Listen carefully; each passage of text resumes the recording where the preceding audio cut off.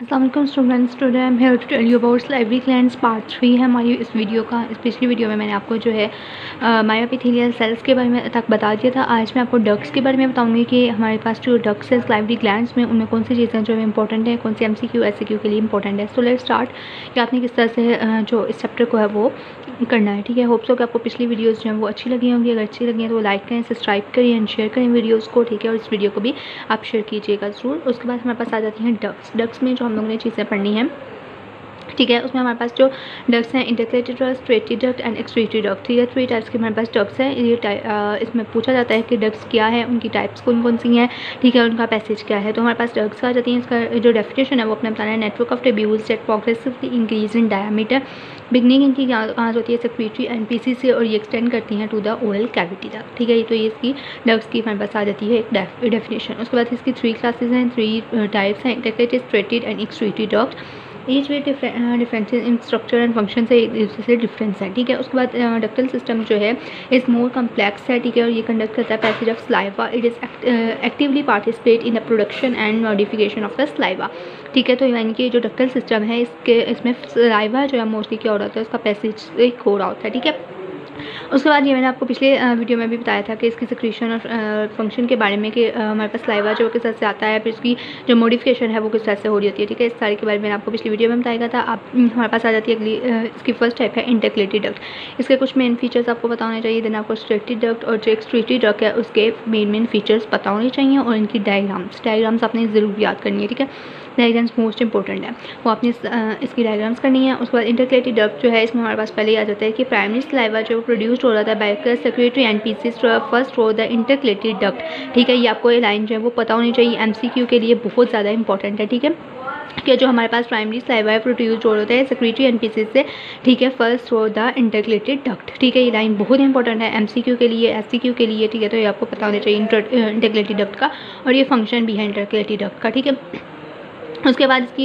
ये तो इसने बताई हुई है, पॉइंट्स बताए हुए हैं, ये आपने एक दफ़ा पढ़ लेना है। उसमें इंटरकलेटेड डक्ट्स जो है ये आपको पता होना चाहिए कि लाइंड होती हैं by simple cuboidal epithelium and myoepithelial cell bodies and their process typically are located along the basal surface of the duct. ठीक है, तो MCQ की लाइन है, ये आपने अच्छे तरीके से पढ़ लेनी है। उसके बाद इसका डायमीटर आपको पता होना चाहिए कि इसका डायमीटर जो है वो स्मॉलर होता है। ठीक है, that the end pieces.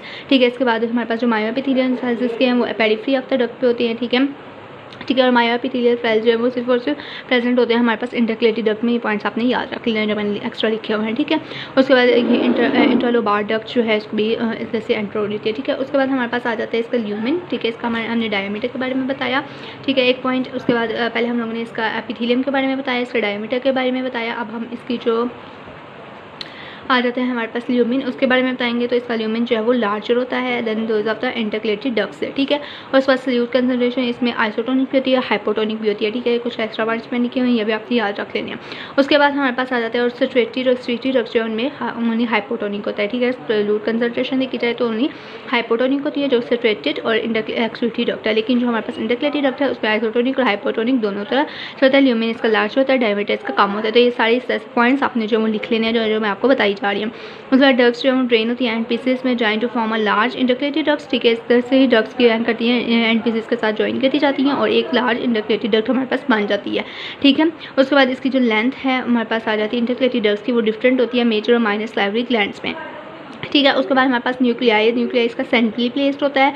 Small amount में इसमें साइटोप्लाज्म जो है प्रेजेंट होते हैं, यानी कि रफ एंडोप्लाज्मिक ऑर्गेनेल्स वगैरह जो है वो स्मॉल अमाउंट में प्रेजेंट होती हैं इंटरकलेटेड डक्ट में। ठीक है, तो इस 7 से 8 पॉइंट्स आपके बन गए। नेक्स्ट जो हमारे पास पॉइंट्स आ जाते हैं इसके, उसमें हमारे पास आ जाता है कि गोल्जी कम्प्लेक्सेस वगैरह इसमें जो वो स्मॉल होती हैं, कुछ जो है वो सेक्रेटरी ग्रेन्यूल्स भी प्रेजेंट होते हैं इसमें एपिकल एपिस्टम में। ठीक है, उसके बाद हमारे पास आ जाता है कि एपिकल सेल सर्फेस जो है वो शॉर्ट माइक्रोविलाई प्रोजेक्टिंग इन ल्यूमिन, और जो लेटरल सर्फेस और एपिकल सेल सर्फेस, ठीक है, यानी कि एपिकल साइटोप्लाज्म, इन दोनों पे क्या क्या चीज़ें प्रेजेंट होती हैं तो वो आपको पता होना चाहिए कि लिगेटेड सिक्रेटरी ग्रेन्यूल्स प्रेजेंट होते हैं एपिकल एपिस्टम पे, साइटोप्लाज्म पे, और लेटरल सरफेस जो जॉइंट होती है बाय द एपिकल जंक्शंस वहाँ पे प्रेजेंट होते हैं। स्कैटर्ड डेस्मोसोम्स, गैप जंक्शंस वगैरह इसमें प्रेजेंट होते हैं। आपको पता होना चाहिए कौन कौन से जंक्शंस इसमें प्रेजेंट होते हैं। ठीक है, और कौन सी सरफेस पे प्रेजेंट होते हैं। ये MCQs की लाइन्स हैं, ये आपने अच्छे तरीके से रीड आउट कर लेनी है, बाकी भी एक दफ़ा आपने रीड आउट कर देना है। ठीक है।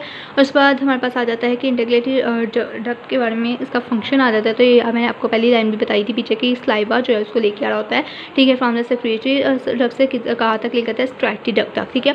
उसके बाद जो है वो क्या आता है, यहाँ पे सिंथेसिस ऑफ स्लाइवा हो रही होती है, ठीक है। तो यह फंक्शन आपको पता होना चाहिए। उसके बाद इंटीग्रेटेड डक्ट जो है इसमें मैक्रोमोलेक्युलर कंपोनेंट्स होते हैं stored in the secretory gland to the saliva. ये अपने एक दफ़ा रीडर कर लेना। उसके बाद इसमें कंपोनेंट्स कौन कौन से इंक्लूड हैं ये पूछा जाता है कि इंटीग्रेटेड डक्ट में कौन से कंपोनेंट्स हैं, तो आपको बताना चाहिए लाइसोसोम, लैक्टोफेरेन, ठीक है। ये एमसीक्यू की लाइन्स हैं, ये एमसीक्यू में प्रॉफ में आई हुई हैं, जो पिछला सप्ली का पेपर है उसमें भी ये लाइन्स आई हुई हैं। तो इसमें क्या क्या चीज़ें प्रेजेंट होती है, लाइसोसोम एंड लैक्टोफेरेन इसमें प्रेजेंट होता है।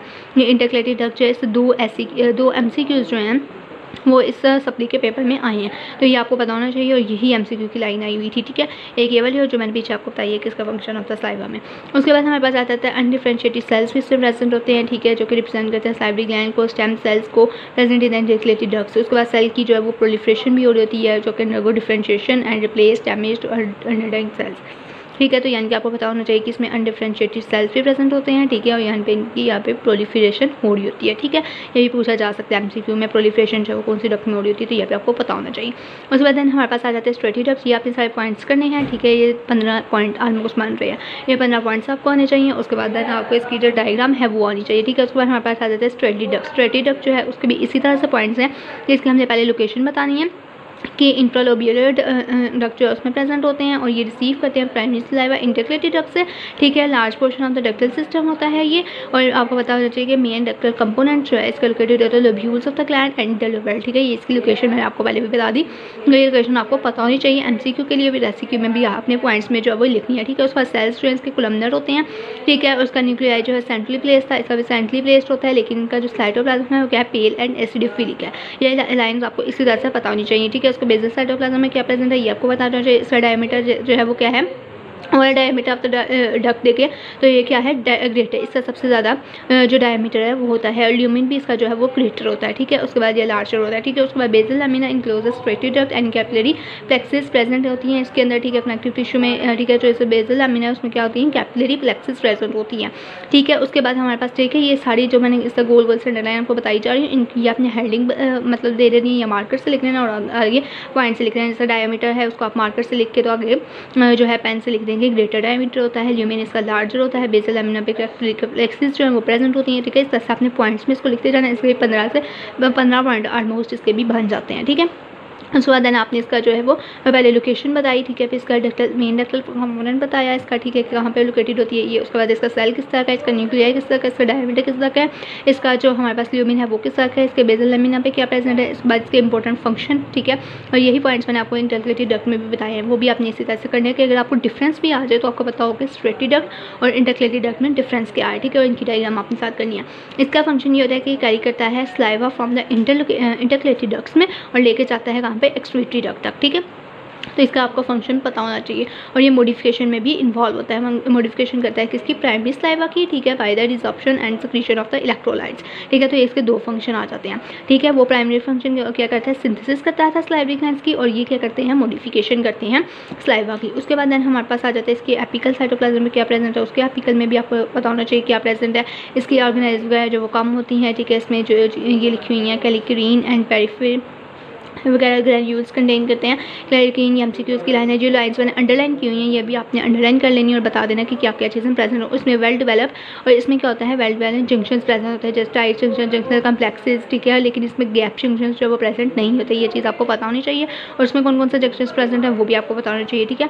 उसमें मैंने आपको बताया था कि डेस्मोसोन्स वगैरह में वो प्रेजेंट होते हैं, गैप जंक्शन प्रेजेंट होते हैं, लेकिन इसमें गैप जंक्शन प्रेजेंट नहीं होते, ठीक है। तो इसमें मेन डिफरेंसेस आ गए, ठीक है। तो आपको सारा कुछ पता चल गया इसके फंक्शन का और बाकी चीज़ों डायमीटर वगैरह का डिफरेंस किस तरह आपने लिख लेना। और सर एक्सक्रीटरी डक्ट इसका भी सेम इसी तरह है, ठीक है। जो मैंने लाइन्स अंडरलाइन की हैं ये भी आपने अंडरलाइन कर लेनी है और रीड आपने सारे को एक दफ़ा ज़रूर देनी है, ठीक है। जो एक्सक्रीटरी डक्ट है उसकी अपनी लोकेशन बतानी है, इसका फंक्शन क्या होता है, कैरी करता है saliva from the sweaty duct से, ठीक है। और ये ओरल कैविटी तक लेके जाते हैं, यानी कि स्लाइवा पहले जो है वो आता है और इंटरक्लेटी डक्ट से, ठीक है, इसमें जाता है स्वेटी डक्ट में, फिर एक्सक्रीटरी डक्ट में, और एक्सक्रीटरी डक्ट से फिर ओरल कैविटी में जाता है स्लाइवा, ठीक है। तो ये आपको पता होना चाहिए। और उसके बाद इसका डायमीटर आपने बताना है, ठीक है, वो लार्जर है। इसका एपिथेलियम जो है वो सूडो सर्टिफाइड एपिथेलियम होती है विद कॉलमनर सेल्स, यानी कि इसके सेल्स जो है वो किस तरह कहते हैं ये भी आपको पता चल गया। और एक्सटेंड करने होते हैं बेसल लैमिन सेल्स से ductal lumen and some basal cells sit in the basal lamina do not reach the lumen, यानी कि इसके जो हमारे पास सेल्स होते हैं वो ल्यूमेन तक नहीं पहुँचते।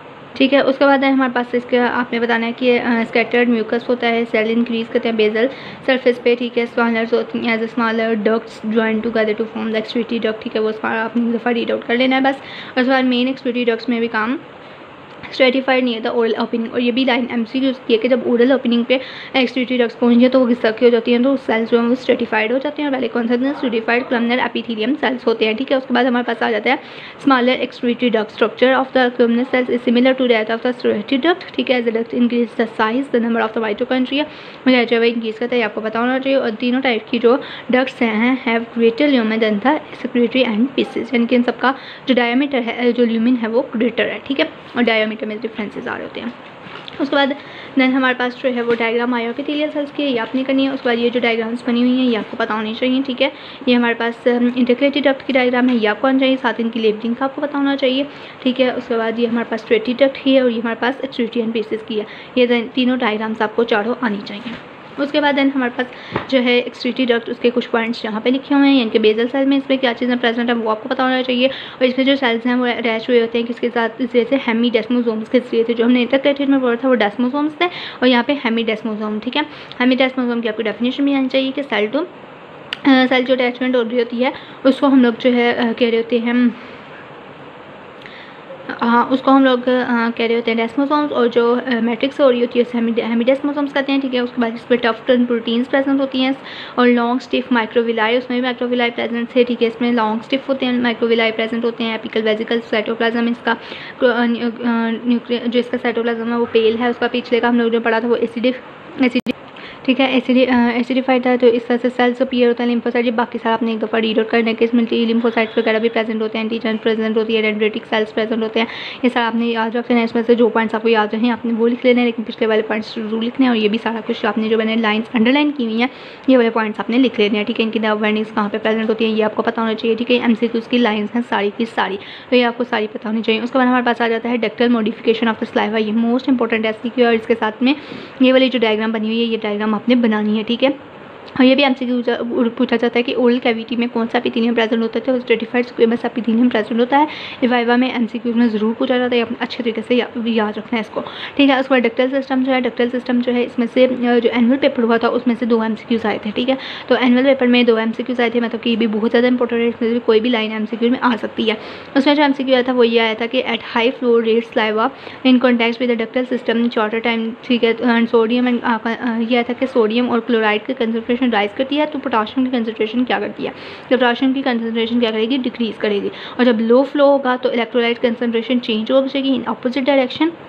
ठीक है, लेकिन जो ACO3 की कंसंट्रेशन है वो इंक्रीज करती है with in the increase of the flow rate reflecting the increase secretion of the H2O, तो वैसा acinus cells to drive the fluid secretion. तो ये जो लाइंस हैं इनमें से एक MCQ ज़रूर आता है। ठीक है, तो ये आपको पता होना चाहिए। उसके बाद हमारे पास इसकी जो शुरू से अगर देखा जाए तो इसमें क्या है कि सलाइवा की मॉडिफिकेशन हो रही होती है। ठीक है, इसमें फंक्शन क्या है, मॉडिफिकेशन हो रही होती है। वो पिछली वीडियो में पिछला जो टॉपिक था उसमें मैंने आपको बताया था कि इसकी मॉडिफिकेशन जो है वो स्ट्रेटेड और एक्सक्रीटरी डक्ट से हो रही होती है। ठीक है, प्राइमरी सलाइवा प्रोड्यूस्ड होता है। ठीक है, एंटीपीसिस से एंड इंटरक्लेटेड डक्ट से थ्रू द रिजॉर्प्शन होती है सेक्रेशन ऑफ द इलेक्ट्रोलाइट्स। यहाँ तक आपने पहले पॉइंट एक लिखना है। उसके बाद ल्यूमेन और बेसोलेटरल का आपने बताना है कि इसमें मेम्ब्रेन प्रेजेंट होती है जो कि इनकी जो मॉडिफिकेशन करवा रही होती है। इसके फंक्शन जो है वो प्रोड्यूस करते हैं net resorption of the sodium and calcium ions resulting in the formation of hypotonic saliva. ठीक है, उसके बाद डक्ट्स जो सेक्रीट करती हैं पोटाशियम और बाइकार्ब ACO3 नेगेटिव आइंस करती हैं, उनका जो लिटल सेक्रेशन होती है या रिजॉर्प्शन हो रही होती है वो कर होती है स्ट्रेटेड एंड एक्सक्रीटरी डक्ट में। और जो फाइनल इलेक्ट्रोलाइट कंपोजिशन होती है सलाइवा की वो वेरी करती है वो किस पे, फ्लो रेट पे। ठीक है, फाइनल इलेक्ट्रोलाइट की कंपोजिशन फ्लो रेट पे जो है वो वेरी कर रही होती है। उसमें high flow rate and low flow rate आ जाता है। उसमें भी मैंने आपको बता दिया कि शॉर्ट टाइम के लिए होता है और किस तरह से इसमें जो है वो इफेक्ट इसका हो रहा होता है। ठीक है, उसके बाद देन हमारे पास आ जाता है ये वाली लाइन। ठीक है, इसकी रेगुलेशन। ठीक है, रेगुलेशन भी पूछी जाती है, तो रेगुलेशन में आपको पता होना चाहिए इसकी रेगुलेशन जो है वो ऑटोनोमिक नर्वस सिस्टम से हो रही होती है एंड मिनरलोकॉर्टिकॉइड्स जो हैं इनके जो प्रोड्यूस होते हैं एड्रिनल कॉर्टेक्स से उनसे हो रही होती है और सिंपैथेटिक इनर्वेशन से। ठीक है, यानी कि large number of CAMP regulate करता है कैल्शियम क्लोराइड चैनल से। ठीक है, ये बाकी सारा आपने एक दफ़ा रीड कर लेना है, लेकिन ये जो 3 पॉइंट्स हैं ये आपको पता होने चाहिए, ठीक है। Autonomic nervous system, melanocorticoids and sympathetic innervation.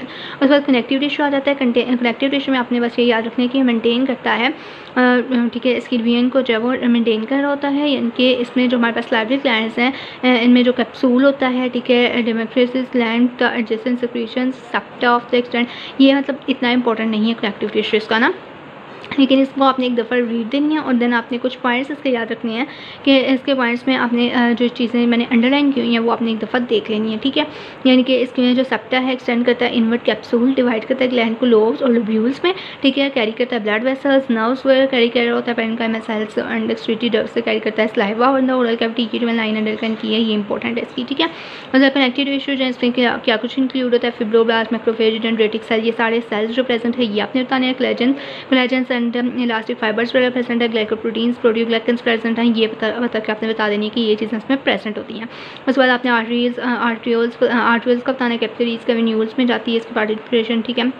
फिर final branches of the autonomic nerves जो है वो इनर्वेट करती हैं सेक्रेटरी नर्वस सिस्टम को, यानी कि एमसीक्यूज़ की लाइन में कोई भी एक चीज़ एमसीक्यू में आ सकती है, तो आपने बस एक दफ़ा रीड कर लेना। उसके बाद इम्यूनोग्लोबिन कौन से इसमें प्रेजेंट होती है, ये एमसीक्यू की लाइन है, ये आपको बताना चाहिए, और जे चेन इसमें बनती है, ठीक है, वो आपको पता होनी चाहिए। उसमें स्मॉल अमाउंट में आईजीजी और आईजीएम जो है वो भी प्रोड्यूस करती हैं सलाइवा, ठीक है। मोस्टली जो प्रोड्यूस कर रही होती है वो हमारे पास कौन सी होती है, इम्यूनोग्लोबिन ए, ठीक है, ये एमसीक्यू की लाइन है, ये आपको पता होनी चाहिए, ठीक है। उसके बाद ये जो मैंने पॉइंट्स लिखे हुए हैं ये मैंने आपको पिछले जो डेवलपमेंट थी उसके लास्ट में जो पॉइंट्स लिखे हुए हैं वहाँ से वो अपने अच्छे तरीके से याद करने एमसीक्यूज़ की लाइन है कि प्रोटीन के सबमैंडिबुलर के सबलिंगुअल की जो डेवलपमेंट है वो किस तरह हो रही होती है, ठीक है। और ये डायग्राम आपने इसी तरह से अच्छे तरीके से याद रखनी है कि किस तरह से बनी हुई है, साथ में ये डायग्राम आपने ज़रूर बनानी है, ठीक है। उसके बाद देन हमारे पास आ जाता है nerve supply, blood supply and the summary of the salivary gland, ठीक है। जो हमारे पास नर्व सप्लाई है इसमें से अब जब आप एक दफ़ा रीड करेंगे ना तो आपको समझ आ जाएगी, ठीक है। तो इसमें से आपने जब रीड करना है तो कुछ पॉइंट्स आपके जो याद रखने हैं, जो मैंने पहले पैराग्राफ में मार्क किया हुआ है ना, ये ज़्यादा इंपॉर्टेंट है, इसको आपने याद रखना है। उसके बाद पैरासिम्पैथेटिक न्यूरोट्रांसमीटर का मेन फंक्शन ये आपको पता होना चाहिए, ठीक है। सिम्पैथेटिक एंड पैरासिम्पैथेटिक के बारे में बताया हुआ ये पॉइंट्स आप लिख देंगे, और ये जो चीज़ें बता देंगे प्री गैंग्लियोनिक किस तरह से फाइबर्स जो हैं वो किस तरह से ओरिजिनेट हो रहे हैं, ठीक है, और गैंग्लियोनिक फाइबर्स कैसे हो रहे हैं, ये pre ganglionic sympathetic fibres, parasympathetic and sympathetic nerves, ठीक है। इनके बारे में मैंने बताया हुआ है कि ये किस तरह से ओरिजिनेट होते हैं और किस किस को जो है वो ग्लैंड्स को सप्लाई कर देते हैं, ब्लड सप्लाई जो है वो कर देते हैं, ठीक है। तो ये लाइन्स लिखी हुई हैं, ये आपने एक दफ़ा रीड आउट कर लेनी है बस, ठीक है। वैसे आज तक एमसीक्यू ना एससीक्यू में आई हैं, लेकिन आपने फिर भी एक दफ़ा इसको रीड आउट ज़रूर करना है कि अगर आपको कोई एमसीक्यू आ जाए तो आप इसको लिख सकें, और अगर आपको एससीक्यू भी आ जाए तो अगर आप ये चीज़ें लिख देंगे जो मैंने अंडरलाइन की हुई हैं तो इनफ होंगी, ठीक है। बाकी सारा जो है आपने एक दफ़ा अगर आपके पास टाइम है तो आप रीड कर लें, वरना जो ये चीज़ें मैंने आपको बताई हैं इसको अच्छे तरीके से याद कर लें। उसके बाद हमारे पास ब्लड सप्लाई में जैसे अगर आर्टरीज में जाती हैं, फिर आर्ट्रियोल्स, फिर कैपिलरीज, फिर ओपन होते हैं वेन्यूल्स में, फिर इन द वेन्स, ठीक है। ये इनका एक पाथ भी होता है ब्लड सप्लाई का, ये आपको पता होना चाहिए। उसके बाद इसका आप पता होना चाहिए कि सिक्रीशन जो है इसकी वो सलाइवा की 99% वाटर, ठीक है। Essence the blood supply in the salivary glands arterioles में ये सारी वो लाइन्स लिखी हुई हैं, आपने एक दफ़ा रीड आउट कर लेनी है, ठीक है। आर्टेरियोवेनस एनास्टोमोसिस की बनती है, ठीक है। तो ये आपने ब्लड सप्लाई जो इसको एक दफ़ा रीड आउट कर लेना। और बस समरी सारी जो है वो जो पीछे आपने सारी लाइंस पढ़ी है ना वही सारी लाइंस इधर लिखी हुई हैं, ठीक है, लेकिन ये शॉर्टकट पे लिखी हुई हैं। या अगर आप समरी अच्छे तरीके से याद कर लेंगे, अगर आपको पिछली कोई चीज़ें भूल गई हैं तो वो आपकी यहाँ पे कंपनसेट हो जाएंगी, ठीक है।